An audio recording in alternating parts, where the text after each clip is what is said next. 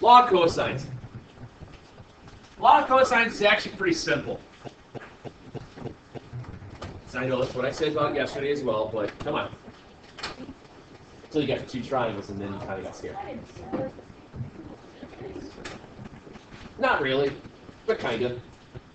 You're still using trig. You're still dealing with triangles, so you're 2/3 of the way there, right? So law of cosines you're going to use when you can't use the law of sines. Okay? That's basically when you know you use the law of cosines. So you're going to use the law of cosines when you can't use the law of sines. For example, we haven't done anything where you had side, angle, side, or just the three sides. So you're going to use law of cosines if you have side, side, side, or if you have side, angle, side. Basically, this means that you're going to use this when you don't have an angle and an opposite side. It's very obvious when you have to use it. Because if you try to use law of sines with these, you can't. You don't have any sides opposites to make it work. Okay? I don't want you to think these are all congruents, just so you know. I'm looking at this going, well, this would really work out very easily. You could lose. So here's what happens. Law of cosines is very simple. What you want to look at here is that all three of these are the same setup. What you're looking at here is, if you notice, if you start with the a squared on the left, you're dealing with the angle A. Starting with the b squared, you've got the angle B. C squared, angle C. Now the rest of the pattern occurs that, well, these are the other two sides. Those are the other two sides. Other two sides, other two sides, other two sides, other two sides. Okay. So in all honesty, if you just remember the first one, they all stem from that. The law of cosines always stems from the first one. All they're doing is just rotating the letters through. Okay? They just rotate the letters. So law of cosine states that a squared is equal to b squared plus c squared minus 2 times b times c times the cosine of angle A. Now, one of the tricks that you're going to be working with law of cosines, you want to try and start with the smallest side. What was the biggest side you want to use? I must have done wrong. It kind of alleviates any of the big issues. Okay? Yeah, start with the smallest, work your way up. His law of sine is double thinking about it.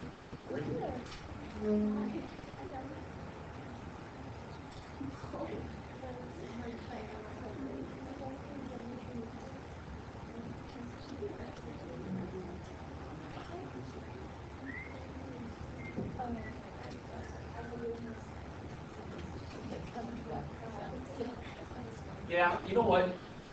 Let's not worry about that, because it doesn't make sense all the time. So pay no attention to that. And never was there. I'll explain to you this in a second. So let's go through an example of law of cosines.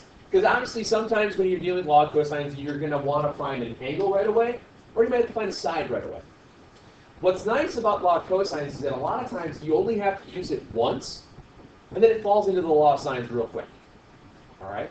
So let's look at an example.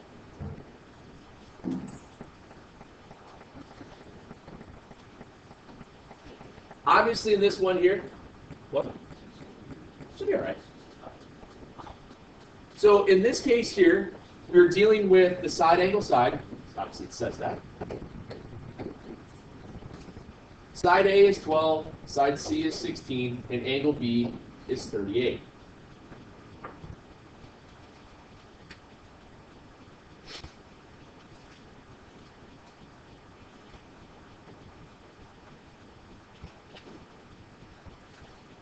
When I'm looking at this right now,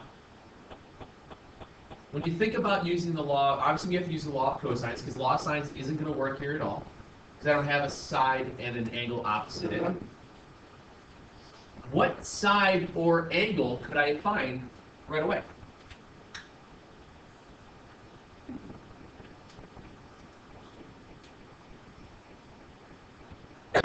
Think about the three different scenarios we had. The other one was b squared was a squared plus c squared minus 2ac cosine c. B squared equals cosine by a squared plus c squared. So b 12 squared. You're trying to 16 squared. You're trying to find b. I'm going to find b. Exactly. A squared that you don't know. Yeah. Now, in this case here, since I've got an angle and the two sides that aren't across from it, the easiest thing to always find is the other opposite side. Because once I find this opposite side, I can use law of sines to find the rest of it. So in this case here, I'm going to find b. So I use b squared. Well, that's going to be the other two sides squared minus 2 times the other two sides times the cosine of angle b. Suggestion: when you're writing these, doing these problems and stuff, write the formulas out, especially for law of cosine. Law of sines is easy. You guys should probably know the law of sines off the top of your head.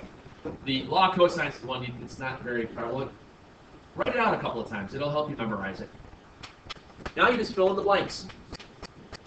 So we get b squared is 16 squared plus 12 squared minus 2 times 16 times 12 times the cosine of 38. Now here's the greatest news that you've probably heard in a long time.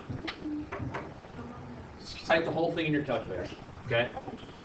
If you type this whole thing into your calculator, it'll work just fine. As long as you're in what mode? Degrees or radians, ladies and gentlemen. We're in triangles here. Degrees. Degrees. Sorry. Okay. Now, I'm still waiting for the calculator to start. Not saying that you didn't do it right or wrong, so. Oh, I probably did do it wrong. Hello. There it goes.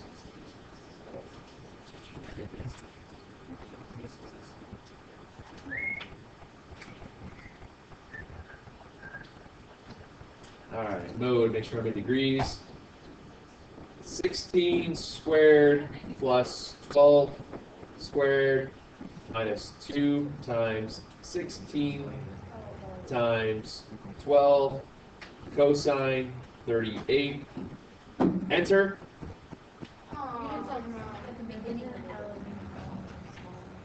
What? I don't know how that happened.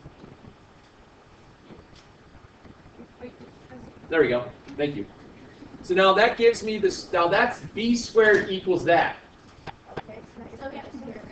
So you just hit second square root, second answer, 9.87.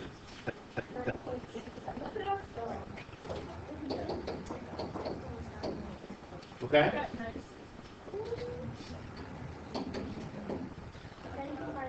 Now I can use the law of sines. Now that I found that out, I just use law of sines. Does it matter which angle I go for now? It really shouldn't. I'll just go with, I might as well find A. So sine 38 is the 9.87. It's the sine of A is the 12.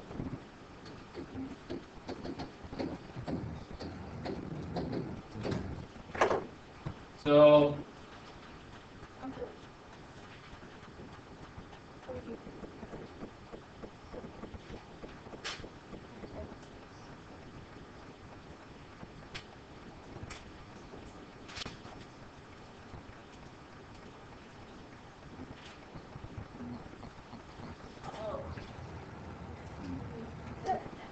$48, $46. Now, how do you find C?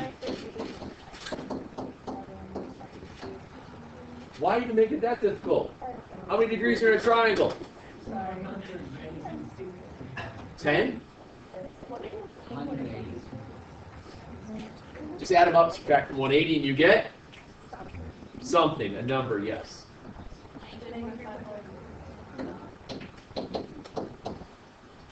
So let's see. 93.54. Hey, look at us. Smallest angles across from smallest side, largest angles across from largest side. Looks like we might have done something right. Okay. Law of cosines when you are using the given angle, really easy. Law of cosines when you're not using the given angle, it's a little bit trickier because you have to watch your algebra. It's a nasty looking two-step equation, but that's all it is. It's a two-step equation. You have to be very careful how you write it out. So I'm going to do another example now with that style. Okay.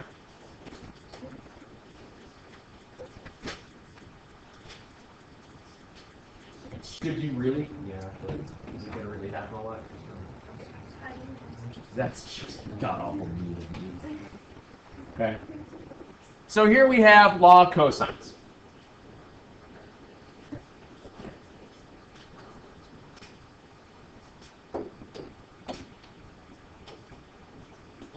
Little a is 8, little b is 18, and little c is 13.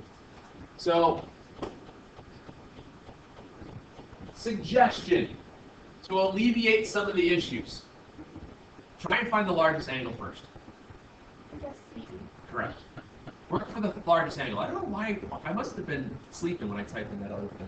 Because I always want to work for the largest angle. So anyway, I want to find the largest angle first. Okay? So that means I'm going to set, again, the find cosine of b. So I'm going to use my b squared is the a squared plus b, c squared minus 2ac cosine of b. Okay. Once again, I start to fill in the blanks. 18 squared is, I'm just reading here, 8 squared plus 13 squared minus 2 is 8 times 13 cosine of b. Now, what I would do is I would start figuring out what all my squared terms are and what my terms are when I multiply them together. I'm not going to move anything yet, though. I don't want to move anything because if I start moving stuff now, I'm going to have a tendency of making a mistake. So I'm going to start figuring out what 18 squared is. I have 324 equals. Here I'm going to do 64 and 169. I have the 233. That's like the only part I'm going to combine. It's just those two because when I'm adding, I don't have to worry about it. Okay? Now, after that, I have minus, well, 2 times 8 times 13. Minus 208 cosine of b. So now you really have a three-step equation. Okay, you have a three-step equation now. Subtract 233.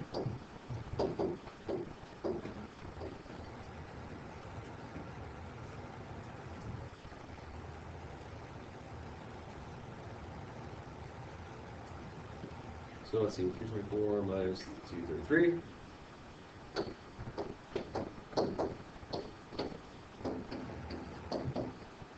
Now what do you think you do? Divide it by the negative 208. I'm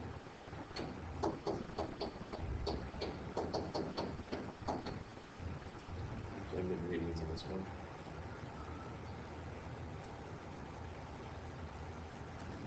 Now, what this allows you to do, not always is it going to be a nice, quick, clean number. But what you're getting here is 91 over negative 208 is going to equal the cosine of angle B. From this point forward, you should just be typing everything in your calculator. Now, in your calculator, if you type in 91 divided by negative 208, you get some decimal. That decimal was this. In order to figure out now what the angle is, second cosine, second answer, and it spits out for you, angle B is 115.94.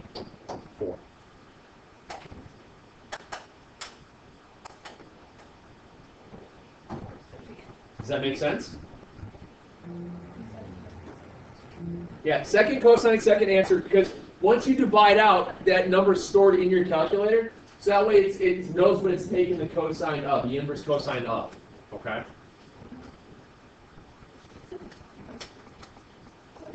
All right, so now I know what angle B is. So that was 115.94. Now, what angle do you think we should solve for? C. Yeah, just work your way down the sizes of it. Yeah, use law of sines, yeah. So the sine of 115.94 is to 18, as the sine C is to 13. So 13 sine 115.94 divided by 18. Second sine, second answer.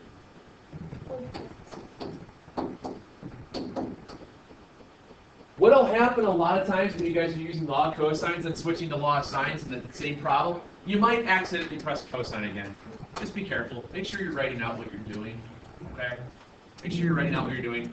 And then lastly, how are you going to figure out what angle A is? Yeah, just add them together and subtract out. What are you getting? And there's your stuff. Okay. Remember, law of cosines is the same formula written 3 different ways. Whatever is on one side of the equation, that's the angle you're working with it, all the way down. The rest of it's the other two sides minus 2 times the other two sides to the cosine. Okay? I have found that even though law of cosines looks god-awful, it's a little bit easier than having to worry about all your different scenarios with sines. Okay? All right.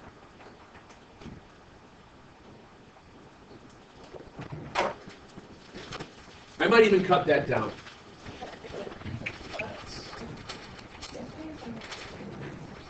Let me look at that.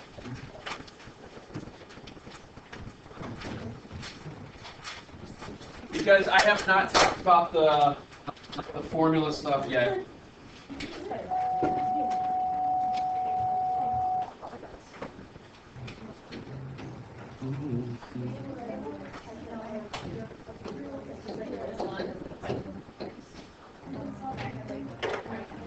Now, in these problems, there are 2 of them that you have to choose what method to do.